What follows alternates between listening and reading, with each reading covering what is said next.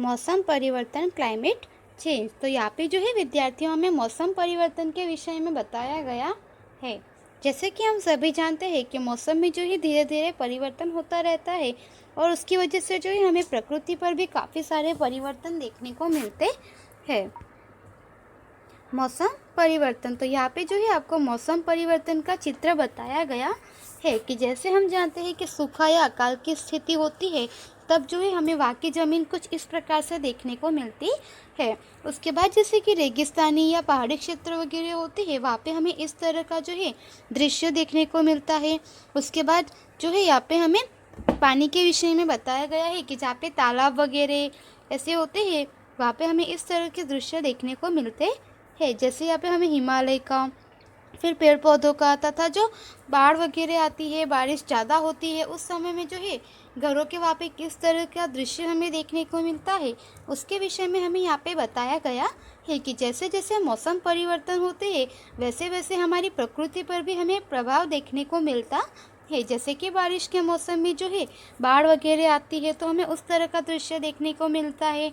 और जो गर्मी का मौसम होता है उसमें जो है वहाँ पे गर्मी की मात्रा अधिक होती है और जो गर्मी का तापमान बढ़ जाता है तो यहाँ पे जो है अकाल जैसी स्थिति भी देखने को मिलती है। उसके बाद में यहाँ पे हमें जो है अलग अलग यहाँ पे परिवर्तन देखने को मिलते हैं मौसम में, जो यहाँ पे हमें बताए गए हैं।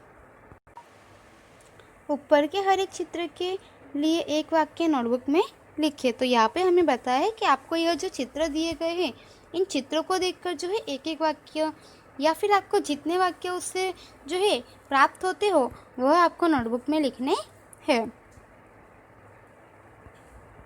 अब हम यहाँ पे जो है मौसम परिवर्तन के विषय में थोड़ी अधिक जानकारी प्राप्त करेंगे।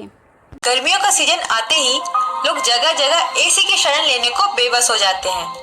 मॉल्स, सुपरमार्केट्स, रेस्टोरेंट में लोगों की भीड़ लगी रहती है।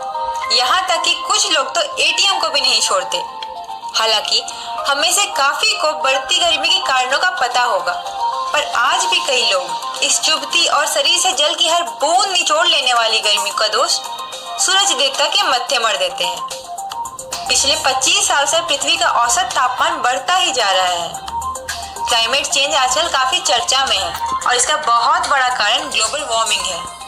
पर मानव जाति के आधुनिकीकरण ने आखिर कितना प्रभावित किया है ग्लोबल वार्मिंग को? अगर ऐसा ही चलता रहा तो आने वाले वर्षों में क्या पृथ्वी रहने योग्य नहीं रहेगी?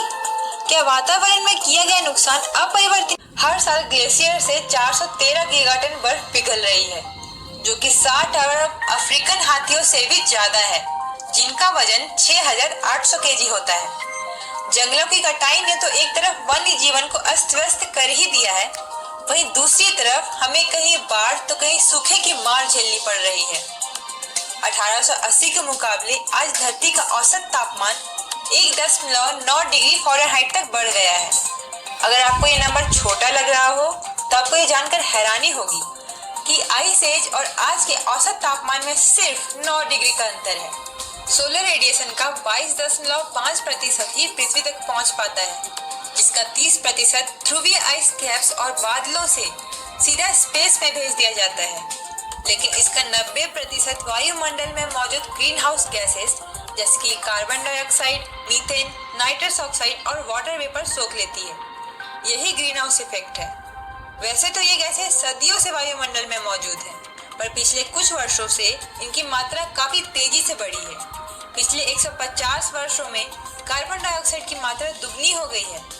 2018 में ही 3.71 गीगाटन कार्बन डाइऑक्साइड हवा में उगल दी गई है। 2 करोड़ एकड़ जंगलों की कटाई हर साल की जा रही है, जो कि पनामा देश के बराबर है। वैज्ञानिकों के एक रिसर्च के अनुसार ग्लोबल वार्मिंग का 95% कारण मानव जाति है। जगह जगह बड़े बड़े सड़ रहे कचरे के ढेर मीथेन उत्पादन केंद्र बन चुके हैं। मीथेन कार्बन डाइऑक्साइड के मुकाबले 25 गुना ज्यादा हीट एब्जॉर्ब करती है। कैलिफोर्निया का पुएंटे हिल्स लैंडफिल दुनिया का सबसे बड़ा कचरा डंप यार्ड है। यहाँ हर रोज 12,000 टन कचरा डाला जाता है और अब तक 37 लाख टन कचरा डाला जा चुका है।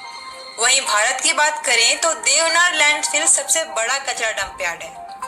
अगर ऐसा ही चलता रहा तो साल 2050 के दृश्य दिल दहला देने वाले होंगे। अब सवाल ये आता है कि क्या हम कुछ नहीं कर सकते? अगर हम कोशिश करें तो आने वाले समय में काफी बदलाव लाया जा सकता है।